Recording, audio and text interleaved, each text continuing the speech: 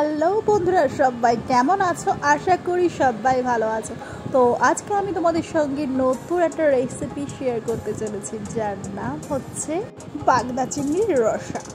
দারুণ টেস্টি লাগে খেতে, গরম গরম ভাতের সঙ্গে যদি হয় এইরকম একটা রেসিপি, তো খাওয়া একদম জমে যাবে।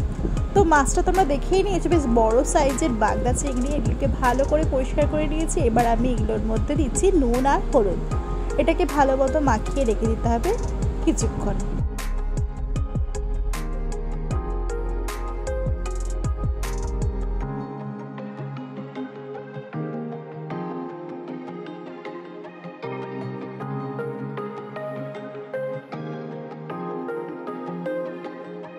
আজকে রেসিপিটা করবো আমি পুরোপুরি সর্ষের তেলে। আপনারা চাইলে সাদা তেলেও করতে পারেন, কোনো অসুবিধা নেই। তো আমি কড়াইতে প্রথমেই আমি সর্ষের তেল গরম করতে বসিয়ে দিয়েছি। তেলটা বেশ ভালো মতো গরম হলে আমি নুন হলুদ মাখানো যে চিংড়ি মাছগুলো এবার আমি এর মধ্যে ভেজে তুলে নেব। তবে চিংড়ি মাছ কিন্তু খুব বেশি ভাজার দরকার নেই, হালকা একটু কালারটা এদিক ওদিক হয়ে গেলেই আমি তুলে নেব।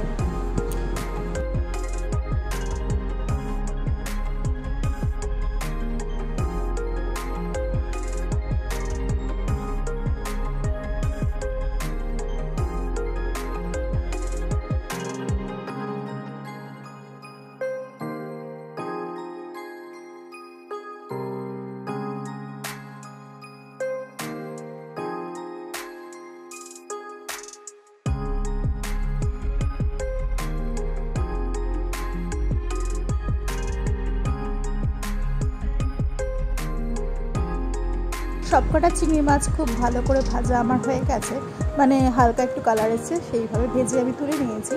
এইবার ওই কড়াইতে তেল আছে, তার মধ্যে আমি সামান্য একটু তেল দেবো, মানে তেলটা একটু কম হয়ে গেছে। তো তেলটা আমি দিয়ে দিলাম। তেলটা বেশ ভালো মতো গরম হলে আমি এর মধ্যে দিয়ে দেবো আলু। আপনারা চাইলে আলুটাকে স্কিপ করতে পারেন, যেহেতু এটা আমি বাগদা চিংড়ির রসা করছি, একটু আলু দিলে বেশ ভালোই লাগবে। তো আমি আলু দিয়ে দিয়েছি। আলুটাও একটু লম্বা লম্বা করে কেটেছি চিংড়ি মাছের সাইজ অনুযায়ী। তো আলুটাকে আমি একটু ভেজে নেবো কালার হওয়া অবধি।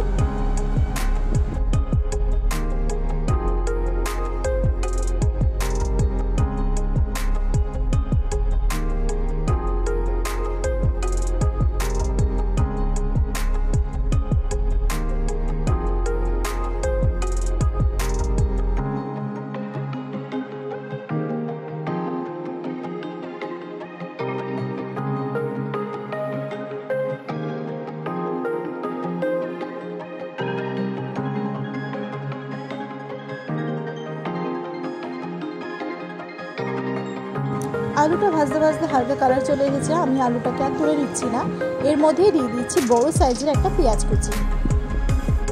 পেঁয়াজ কুচি আর আলুটা একসঙ্গে করে খুব ভালো করে ভেজে নিতে হবে।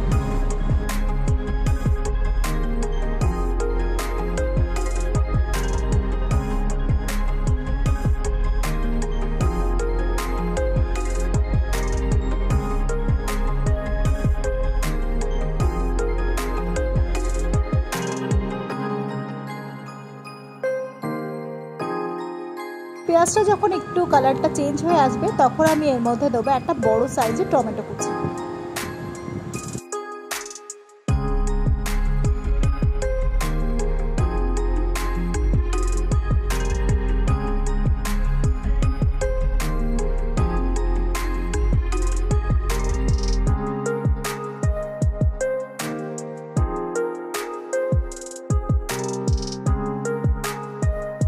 এইবার আমি এর মধ্যে দিচ্ছি বড় চামচে 1 চামচ হলুদ,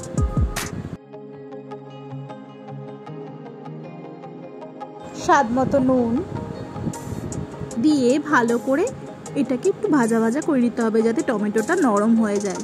নুন দেওয়া হয়েছে তাই টমেটোটা খুব বেশি সময় লাগবে না নরম হতে, খুব তাড়াতাড়ি নরম হয়ে যাবে।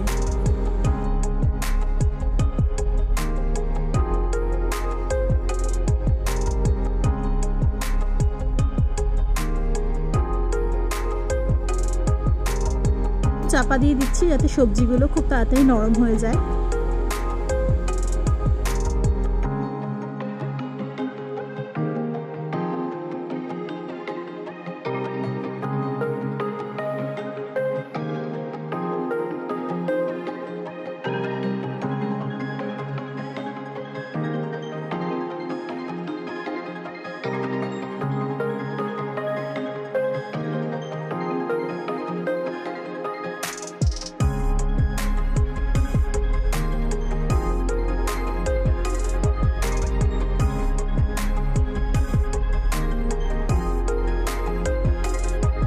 দেখতেই পাচ্ছ বন্ধুরা টমেটোটা খুব সুন্দরভাবে গলে গেছে।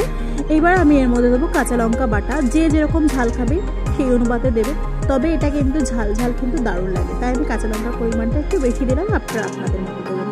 দিচ্ছি আদা বাটা 1 চামচ, আর দিচ্ছি রসুন বাটা। আদা রসুন বাটাটা আমি একসাথেই দিয়েছি, মোটামুটি 1 চামচ বড় চামচে। সামান্য একটু হাতে একটু নিয়ে জলের ছিটা দিলাম, দিয়ে এটাকে ভালো করে কষাতে হবে। যতক্ষণ না তেল সেপারেট হয়ে আসছে ততক্ষণ কিন্তু খুব ভালোভাবে এটাকে কষিয়ে নিতে হবে।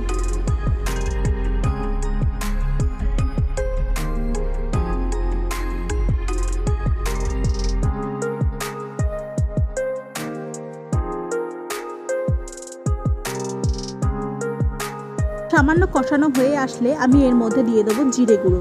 এখানে 1 চামচ মতো জিরে গুঁড়ো নিলাম, আর দিচ্ছি গরম মশলার গুঁড়ো। গরম মশলা গুঁড়ো ছোটো চামচে 1 চামচ, আর দেব 2 চামচ ফ্যাটানো টক দই। ফ্যাটানো টক দইয়ের মধ্যে আমি কিন্তু সামান্য একটু চিনি দিয়ে নিয়েছি, আপনারা চাইলে চিনিটা আগেও ইউজ করতে পারেন কিংবা নাও ইউজ করতে পারেন। আমি টক দইটা চিনির সঙ্গে ভালো করে ফেটিয়ে নিয়েছি, সেই টক দইটা আমি দিয়ে দিলাম। সবকটা মশলা আমার দেয়া হয়ে গেছে, এইবার এটাকে ভালো করে কিছুক্ষণ ধরে এটাকে কষিয়ে নিতে হবে।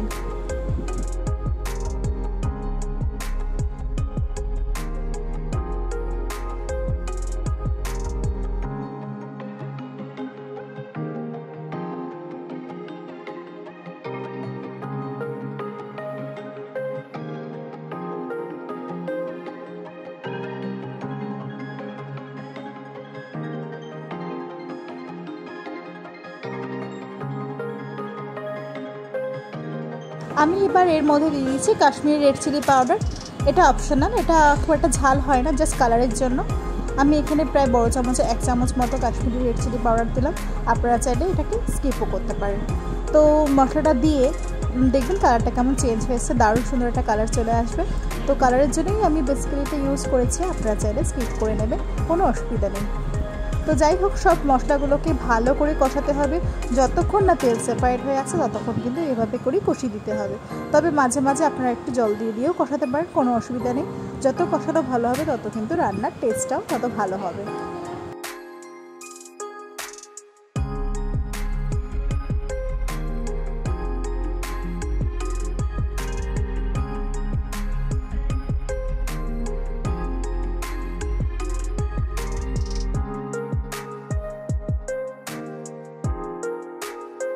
মশলাটা বেশ ভালোভাবে কষানো হয়ে গেছে, এবার আমি দেবো জল। জলটা কিন্তু খুব বেশি দেওয়ার প্রয়োজন নেই, এটা কিন্তু খুব বেশি ঝোলঝোল হবে না, একটু গামাখা গামাখা হবে, তাই খুব বেশি জল দিলাম না। আমি এখানে বড় কাপের 1 কাপ মতো জল দিলাম। জল দিয়ে আলুটাকে একটু সেদ্ধ হতে দিতে হবে।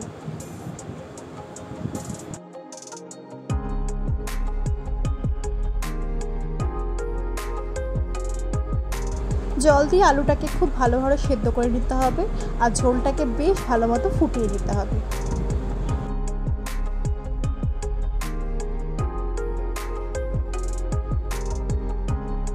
ঝোলটা বেশ ভালোভাবে ফুটে গেছে, দেখে আলুগুলোও দেখে মনে হচ্ছে নরম হয়ে গেছে।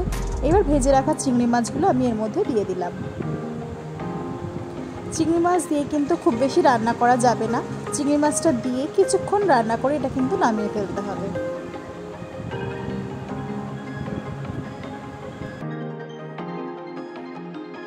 আর নামানোর আগে একটু ধনেপাতা ছড়িয়ে, এটা টেস্টটাও দারুণ হবে, খেতেও কিন্তু দুর্দান্ত লাগবে। তো বন্ধুরা, আজকের রেসিপিটা আপনাদের কেমন লাগলো অবশ্যই জানাবেন, আর প্রচুর শেয়ার করবেন। আর যারা আমার চ্যানেল নতুন সদস্য তারা কিন্তু সাবস্ক্রাইব করতে একদমই ভুলবেন না, পাশে থাকা বেল আইকনটাও প্রেস করে রাখবেন, যাতে করে এই রকম নতুন রেসিপি সবার আগে আপনাদের কাছে পৌঁছে যায়। তো আজ এই পর্যন্ত, সুস্থ থাকবেন, ভালো থাকবেন, দেখা হবে অবশ্যই নতুন কোনো ভিডিওতে আপনাদের সঙ্গে।